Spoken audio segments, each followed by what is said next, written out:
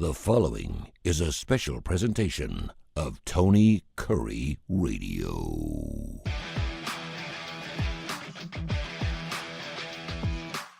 Welcome back to the Keefer and Kurre. It's funny because we record both these shows early in the week, and I listen to Need to Know, and it runs right there on TKR. So if you're listening to the show right now, you know that Keefer and Kurre usually runs right afterwards. And of course, if you're looking for us on podcast, you can see it wherever you get your favorite podcasts. We're available everywhere. Your numbers, by the way, have really taken off, and I don't know if it's because Donald Trump won the nomination or won the presidential nomination or the inauguration. I don't know what it is. But people are really into your politics, so kudos to you, and that's why I'm so happy to have you on the Tony Kurre Radio Network of a podcast and radio stations. But I've got I'm so blessed to not only do a TV show with you, and of course we do the starting lineup 10:30, 11 o'clock. We talk sports, but also I get to talk a lot of rock and roll with you. I don't know anybody. I'm not saying I'm super smart when it comes to rock and roll. I've just been around a long time, and I hold on to that information, much like yourself. And so when I get to sit down and really talk to someone who knows what the hell they're talking about when it comes to rock and roll, it's really eye-opening, because if I just go walk into a restaurant and start trying to have a conversation with somebody, I don't have a clue what the hell they're talking about. And I want to talk about my kind of stuff. And I know you and I are on the same wavelength. You got me? Yeah. Oh yeah. I'm not really expert as much as far as the facts, and I'd like to know. I always want to learn more about the personalities, but I grew up in the classic rock era, and it was a huge part of my life and continues to be, with my social life being so underwhelming, let's put it that way. I spend a lot of time sitting here in my home theater just listening to classic rock, and it's still something that is one of my favorite things to do. Well, I love it. And along with that, the top 25, or actually, I say the top 14, it should be 25, but the 2025 Rock and Roll Hall of Fame nominees came out last week. Did you? Were you aware of that? I think I did hear that. I have not scrutinized the list, so I'm at your service. The Rock and Roll Hall of Fame has got this really right. So rather than do nominations and then just right out of the chute, what they do is they do the group of nominations early in the year. Then they'll vote on it in April. So we're talking about it again in a couple of months. Then they'll have the nomination show in Cleveland, where they have all the bands show up and they actually do the thing. And then a couple months later, they'll run the show itself on television. So, I mean, Rock and Roll Hall of Fame has done the college football kind of mantra, if you will. They have made something special about every 2 or 3 months out of the year. So we're talking about them all year long. And I love it. I think it's great. Well, I just hope they have a different selection committee. Well, no doubt. Well, and it's interesting because there's 12,000 individuals that actually vote on these. That's a pretty good committee. And those are everyone from music directors, executive directors, record label people, artists themselves. There's a fan vote. That's crucial. The fans actually get to vote in one of their favorite bands, so they don't want to hear about it. And of course, I just want to get this out of the way. It is the Rock and Roll Hall of Fame. It's rock and roll. It doesn't mean Dolly Parton can't get in. Doesn't mean we can't have gospel music. It's rock and roll as a music mantra. It's rock and roll. So people go, I don't understand why they can put this band in because it's not rock and roll. Stop, shut up. I don't care. It's right. It's music, but they couldn't call it the Music Hall of Fame. They had to start somewhere. Okay. Yeah. So it's music. So we have to put Liberace in or somebody, Exactly. Which could be Hackman. Liberace's not, but I mean, it could happen. So I've got 14 nominees. All right. I want to start by going one by one. And for me, regardless of whether it's baseball, NFL, or anything else, when someone says the Hall of Fame, it's the highest honor, okay? Absolutely. It should be a no-brainer. If I have to stop and think for a minute, I don't normally want to vote that person. If I can go, if you have to talk me into it. Now, I can sit back and do a little more research and go, I really didn't think this person was really eligible, but now looking at their background of work, I can certainly understand why they'd be voted in. So I really want to get your facial expression and your initial. Have you heard any of these, by the way? No, I have not. I knew a list had come out, but I had not seen them. Perfect. So I'm going to throw them out at you, and then we'll talk about them a little bit, and then I want to get into bands that you think should be in the Hall of Fame that are not, and I've got a list of those too that I think will be remarkable, because there's one band that I cannot believe is not in the Rock and Roll Hall of Fame, and no one's talking about it. Okay. Here we go. Number one, Billy Idol. Okay. Okay, you told me a lot. That's fine. That's fine. Let's get through them first. Chubby Checker. Definitely. Okay. Should Bad I Company. vote or No, no, no. Just I mean, you can say whatever you want after all these. You can right, say all whatever right. you want. Bad Company. I really like Bad Company. I would say yes. Okay. Mana. Who? Good enough. The Black Crows. The Black Crows, yes. Oasis. I don't think they're Hall of Fame material. Mariah Carey. Yeah, don't like her style much, but she's definitely had a worthy career. Yeah. Outcast. Yeah, I don't think so. Soundgarden. Yeah, it's really not my genre of music, but I know they were pretty huge, so I think they deserve some really serious consideration. Fish. Yeah, that's really not my genre. But Yep. but Fish had some real notable achievements and they're really interesting and they're one of the few bands that were big enough initially. They've actually played a couple gigs at the Sphere in Las Yeah. Vegas, which is pretty impressive. I got our good friend Dr. Rab, who does Dark Side of the Pooch, another one of the great shows we do here on Tony He's a Curry Fish Radio. guy? He is a huge Fish guy, Oh, I love it. and Fish is going to be playing the brand new amphitheater in downtown Birmingham next summer. So, or actually Okay. this summer. So we'll be checking that. Joe Cocker, Yeah, Yeah. Joe deserves to be in. White Stripes. I'm not real familiar with any White Stripe stuff. I'll defer to Tony Curry on that one. Okay, and Cyndi Lauper. Yeah, she had enough hits. I think she probably definitely needs to be strongly considered. All right, so I saw this list, and I just want to make a couple of acknowledgments while we go through it. Billy Idol, he's had one number one hit. He sang at the ceremonies last year. He sang "No More Tears" for Ozzy Osbourne. Ozzy Osbourne called Billy Idol an icon. I do think there's something very important here. If you are still relevant today, and your first effort had to come out at least 25 years ago. So, in other words, if your first album came out in the year 2000, you're now good for the Rock and Roll of Fame, which is hard to believe. He's in those commercials. I forget what the commercial is. Some Air Force something, the air guitar commercials. I don't know. Uh-huh. And I don't think a lot of people even knew that he was still on tour and stuff. So he's still relevant. So I think that helps his cause. I'm not saying he's worthy. I'm just saying he's still out there.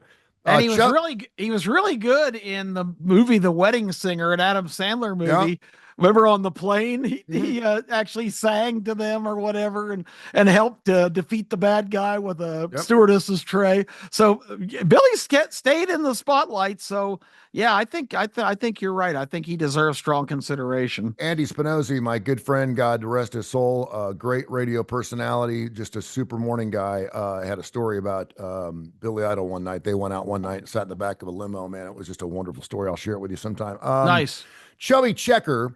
This is man. only the second time he's been nominated. The first time he was nominated with Elvis Presley back in 1986. The question is, why has it been 39 years in between nominees? For example, Mariah Carey was nominated last year, okay? Mariah Carey's got 19 number one hits. She's got 38 top 40 hits. She's just blowing it and going. The only reason she didn't get in last year is probably because they wanted to nominate some other people. We know she's going to get in. She's definitely just a slam dunk. But this isn't Major League Baseball. This isn't like Derek Jeter getting in the first ballot. I mean, in Major League Baseball, you got to get in first ballot. That means something. Mariah Carey knows she's going to get in. But for some reason, they didn't put her in last year. I don't know. There was, I think the Beatles, I think it was like the third Rock and Roll Hall of Fame nomination they were part of. That's insane. There's been some weird, and the Beatles definitely should get in. There's a couple of bands that have gotten the wash, and then they know they're going to be in a couple of years later, but they just don't get. So I'm not sure how they vote. There's got to be, much like the committee in March Madness or the committee for college football, there's got to be some debate. There's got to be a reason why they're not doing this, because that's causes people to get pissed off. When people get pissed off, they talk about you. For example, Foreigner. Everyone kept saying Foreigner needs to get in. Foreigner. Well, they finally got in last year, but I mean, it was 6 or 7 years of people bitching and moaning, and finally put it up to a public vote, and they got in. Bad Company, who's the next band, is that band this year. Everyone's like, if you ask anybody, including a guy who does a show here on my radio station, and Damon Johnson, who of course plays the lead guitar for Leonard Skinner, who's the greatest rock and roll voice ever, ever. Everyone says Freddie Mercury and Paul Rogers is number two. Yep. Yep. Everybody says Paul Rogers. So Bad Company should get in. My question is, Bad Company had a career with Paul Rogers, and then Brian Howe came in 1986, and that's when the band got really mainstream and had the majority of their hits. The majority of hits of Bad Company were from 1989 and on after their Fame and Fortune album. So they could get in. I mean, they certainly should get in, but they'll be about Mana. The only reason I think Mana is in it, there's some Mexico pop band that started back in 1980. I didn't want to admit my ignorance. I don't know who Mana is. The only reason I think Mana is in here is because there's an urban contingency with Chubby Checker and Outkast, and I think they wanted to make it as eclectic as possible. Mana doesn't have a snowball's chance of hell getting into this, and I don't even know why they're in there, but it's interesting. I'm okay with them throwing and sprinkling in some nominees that don't make sense, but it's fun for us to talk about. Well, we didn't follow up on Chubby Checker. Chubby Checker was more than just a musician with a couple of hits. Chubby Checker was a guy who created a transformative movement in music and dance that, I mean, it's one of the first memories I had. My parents were just crazy about the twist. I mean, it was just a huge deal.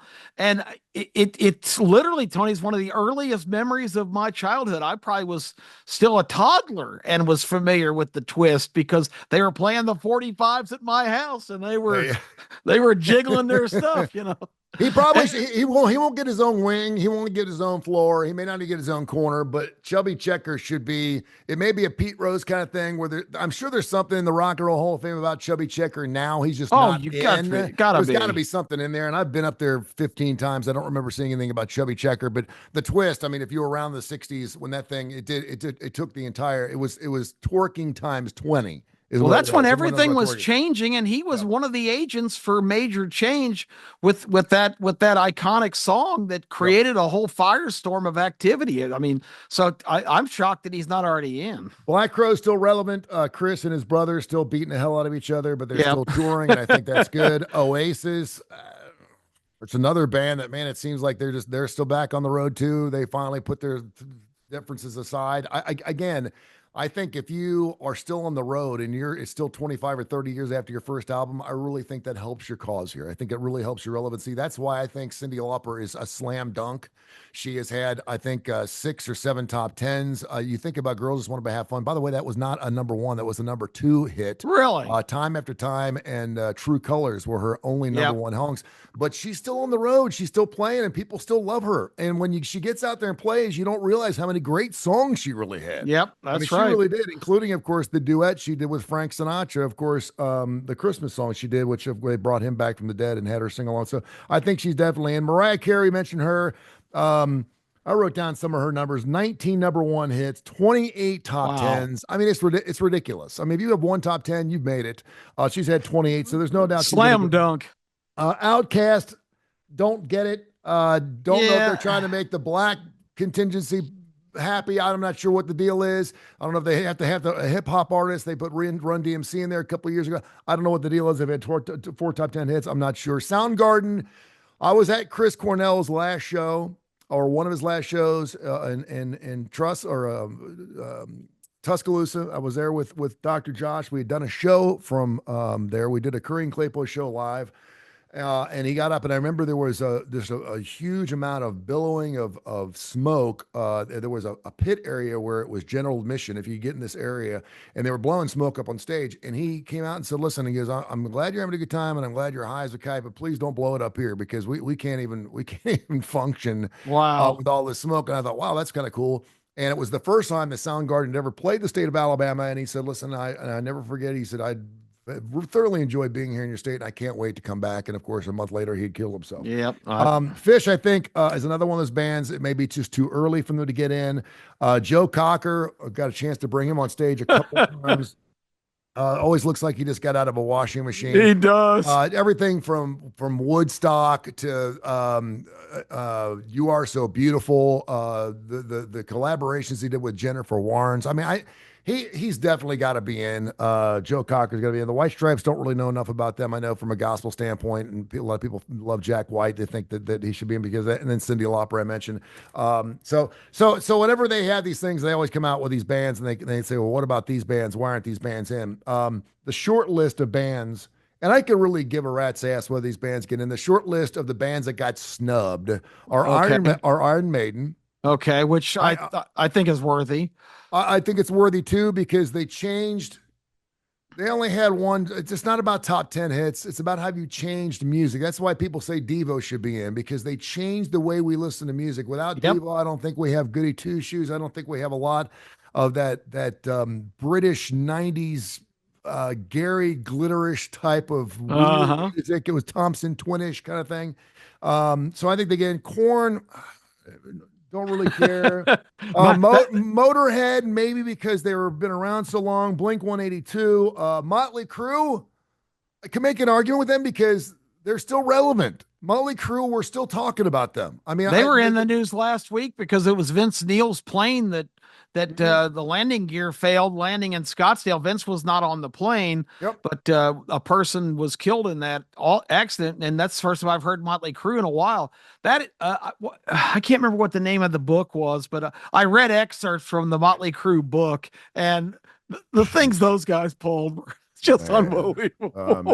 It really was. I mean, it was, and then sprinkle in a little Pamela Anderson. I mean, it was crazy. I mean, death. Tommy they Lee. defied death. Tommy Lee. I mean, oh my God. How are those guys still living?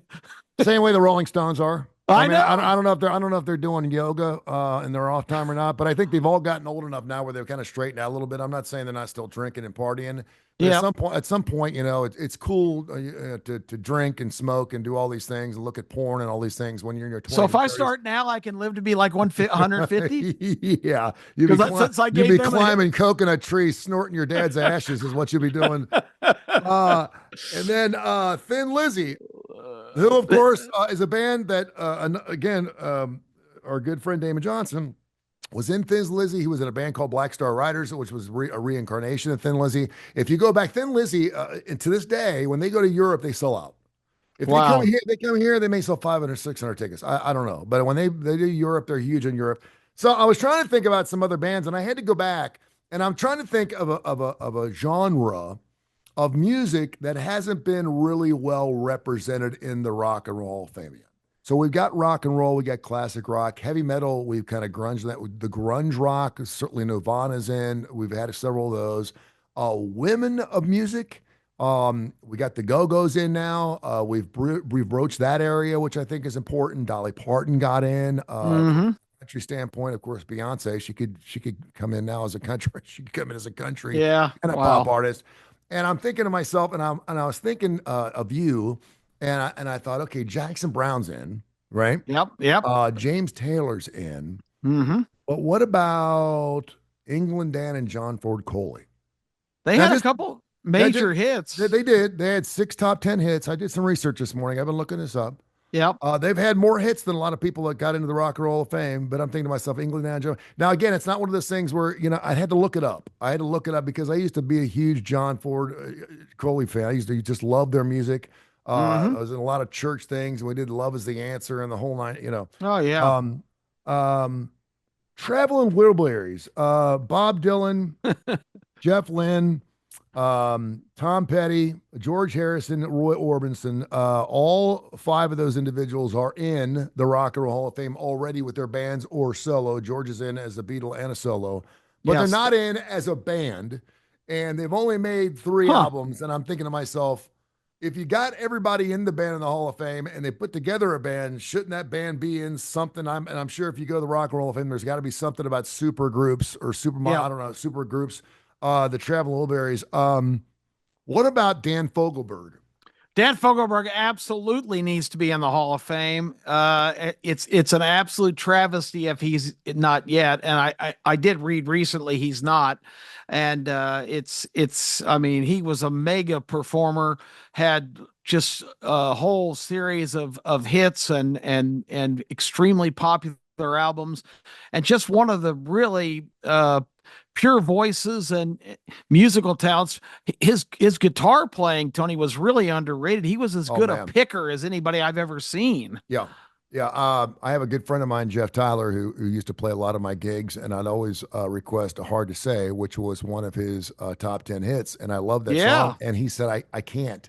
And I'd say, why? And he goes, I can't play it. And I said, really? And Yep. he It's goes, so Tony, he hard. said, that is one of the hardest songs I've ever played. And I said, really? That acoustic Hard to Say? He goes, that is such an incredibly difficult song. And of course, it's got some background noises there from who sings back up in that? Glenn Fry. Glenn Fry sings Yeah, oh, yeah, back up yeah, in Hard to definitely. Say. So I was like, yeah, That's amazing. yeah. And I was really surprised. Again, I had to go back and look to make sure. What about America? How the hell is Oh, America not in the Rock and Roll Hall of America, Fame? they have got to be in. You talk about a popular band that just had. No one's saying I don't know. anything. No one's saying anything about America. And I didn't see one site this morning saying that America should be in it. America is huge, They were huge. absolutely, and they had to have had 7 or 8 number ones. They had a ton. I mean, they were so relevant in the 70s and 80s, and even the late Yeah, 60s at one point. I saw them probably right about the time I got out of high school, and they were phenomenal. And again, I'm throwing out some bands here on tinge so people they go, Pablo Cruz. Why would you be saying Pablo Cruz? I think there's this contingency of yacht rock stuff, and there was just a yacht rock documentary that came out several months ago. If you get a chance to go watch on Netflix, it's fantastic. It is Yep, really, really good. It's got yep, Christopher Cross in it, and you may have been the one to tell me about it. It's really, really good. I finally caught it a couple weeks ago. It is really good. really Um, good. and Pablo Cruz is one of those bands again. Now they were down, I think they're out 16, 17 years, had 5 or 6 albums. Um, Never were that not glam band, but they really they were just kind of were a backup kind of background band. But man, their music was just so good. They had so many great songs. Little River Band. Oh man, they made a pretty good splash, no pun intended. But Hall of Fame, I'd have to think about that. But they were very prominent in their time as well. Happy Anniversary. Remember that song? Oh Happy yeah, Anniversary and then Reminiscing. They had some pretty big songs. they did. What about here's one, and I can't believe it because I hear this song all the time, and I hate this song. And it's a great song. It's a great song. I just don't like it. Okay, maybe it's because we had to play it so much. The song "Africa" from Toto drives me crazy. I don't Yeah. understand what it, but what about Toto? They're still Uh, together. They're still playing. They won, best record of the year. They won best song of the year. I mean, they've been around forever. And the crazy thing about Toto is everyone in their band has played with everybody else. yep. Um, Africa was a mega hit. It's a song that I think was maybe a little underappreciated in its time. What something happened recently where there was discussion about Africa and Toto. I can't remember exactly what it was, but yeah, I think they definitely deserve strong consideration. If not for anything else, just that one song was so big and continues to be big. yeah, it really is.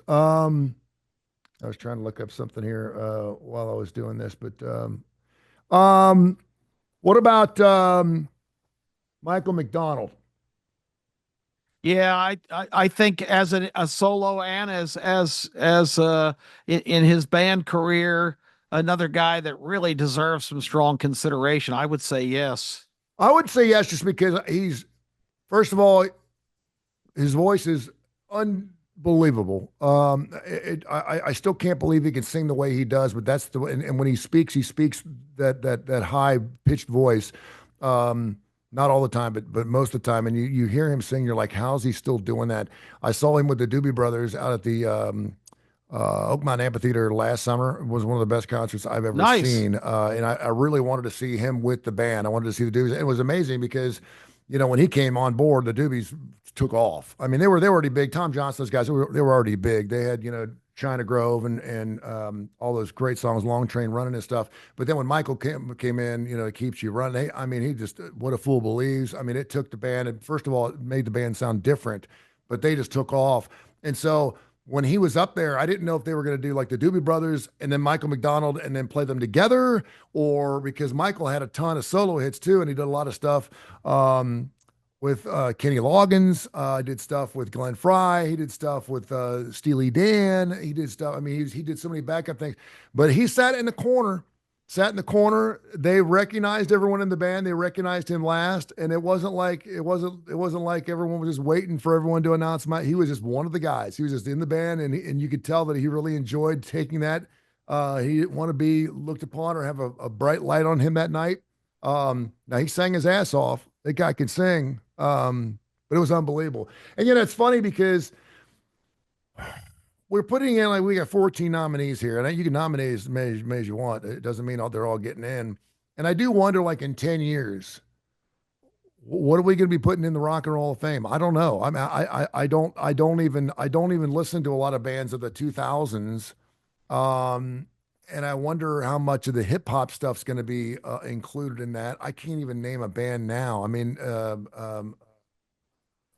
P. Diddy going to be in if he's not in prison? Is Kendrick Lamar, who just played the halftime show, is he going to be in the Rock and Roll Hall of Fame? Will he have had his first album at least 25 years old? I'm just looking at some of the bands that started in 2000 and up, and I couldn't vote. I couldn't vote because I don't know enough of that music. It's not that I don't want to listen with to you. it. Yep. So I don't know what happens at that point. I will say this: if you get a chance, to go to the Rock and Roll of Fame, I would love to take you up there. That's kind of my bucket list thing for Keefer and Kurre. I'd love to take you up there. They have a studio up there where we could do a show from up there. And I know, cool. I know the program director. I know the whole fit up there. So we could do a week of shows up there. You could do all your stuff on ABC 33, 40. You could do a Jocks hit. You could do whatever you wanted to do, but you can do it all from the studio up there. And it's a pretty amazing setup. And it's right there on the 5th floor. Nice. But it's one of those things where, as a rock and roll connoisseur, you owe it to yourself to at least go one time. And again, it's like an amusement park. You go and make sure you spend like 2 or 3 days there because you'll miss something. But yeah, it's super cool. So, well, thank you for kind of filling me in. Any other thoughts on the Rock and Roll of Fame you want to throw out there before we let her rip? Let me ask you a question. A band that just came to mind with that discussion: is Marshall Tucker in the Hall of Fame? Marshall Tucker is not in the Hall of Fame. Oh, outrageous! Yeah. The Caldwell brothers and Marshall Tucker were amazing live. I'm telling you, the instrument range and the sounds they made, they should be in the Hall of Fame. Them and Dan Fogelberg is an outrage. I'm gonna become a campaigner for those two. I am with you. I'm looking up. There was a trivia question. I wanted to have a little piece of rock and roll trivia that I was going to throw at you. Every time we did music, and I could not find that piece of trivia. So I'll have it for you next time. All right. We'll have a little piece of trivia so you can learn something. If it's Final Jeopardy, I'll bet it all. as you should, my friend. All right, ABC 3340. We'll do it again this weekend. Monster weekend in college hoops. Alabama goes down to Auburn. Some funky things again. I think it's, again, you think about that home court advantage, and there was a weird sense that Alabama wasn't ready for that game just because the line was 1.5. Normally home court advantage. Well, and basketball is a fundamental game. You've got to put the biscuit in the basket. They shot 5 for 26 from 3, Tony. I can go out there right now and make 4 for 26. My skills have completely deteriorated. So you can't shoot that poorly.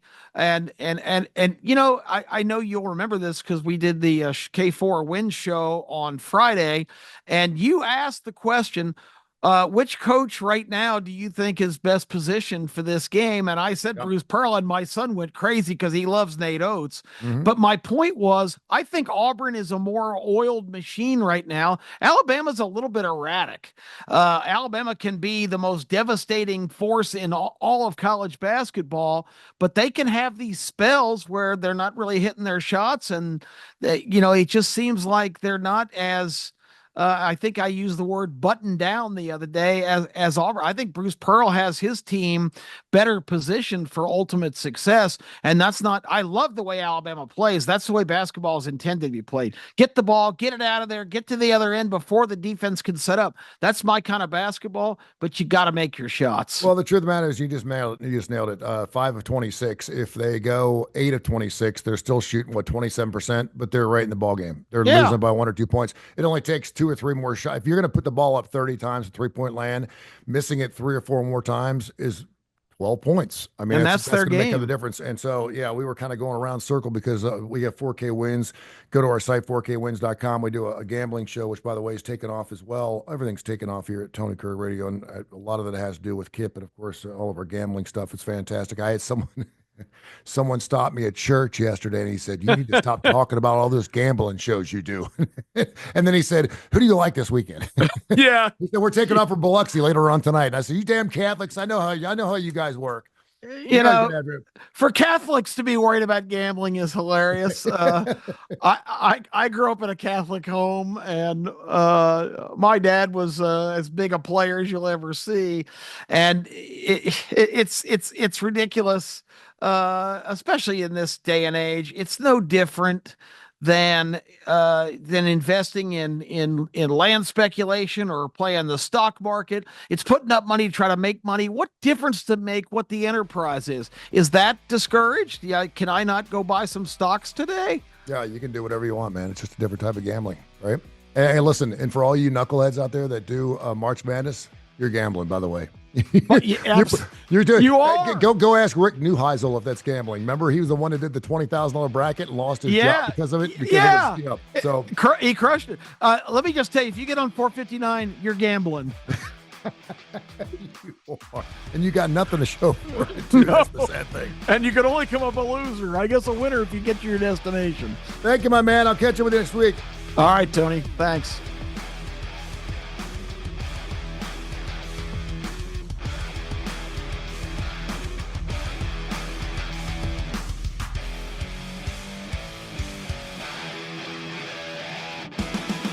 This has been a special presentation of Tony Kurre Radio.